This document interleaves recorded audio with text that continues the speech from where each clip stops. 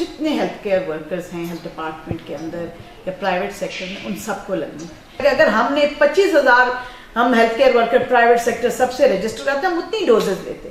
تو میری سب سے یہ ریکویسٹ ہے اس کیمرہ کے تھرو، آپ کے چینل کے تھرو، کہ زیادہ سے زیادہ رجسٹریشن پروسیس کے اندر حصہ لیں۔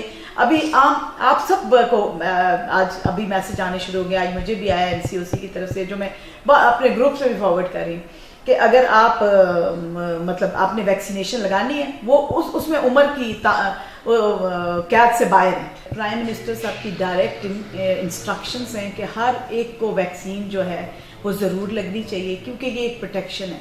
یہ پاکستان گورنمنٹ کو چائنا کی طرف سے یہ پہلی جو کھیپ تھی، یہ تحفے کے طور پہ ملی، جس میں سے آزاد کشمیر کو یہ ڈوزز ملی۔ اب ہمارے پاس 12,000 ڈوزز ہیں تقریباً، اور ہمیں چاہیے تھی 15,000 ڈوزز، جو باقی ہیں وہ بھی ہمیں مل جائیں گی۔ جن کو پہلی ڈوز ملی ہے ویکسین کی، ان کو 21 دنوں کے اندر اندر دوسری ڈوز لگانی ضروری ہے۔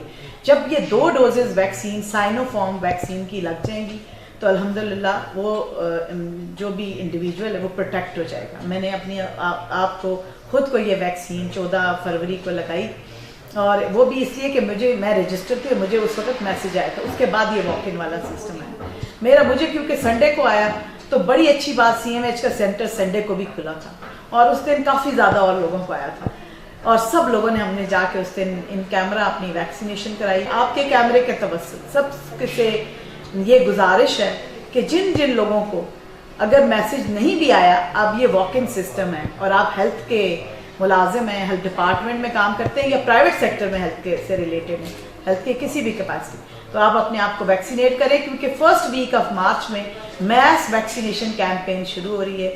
میس ویکسینیشن کیمپین ہر انسان کو لگنی ہے۔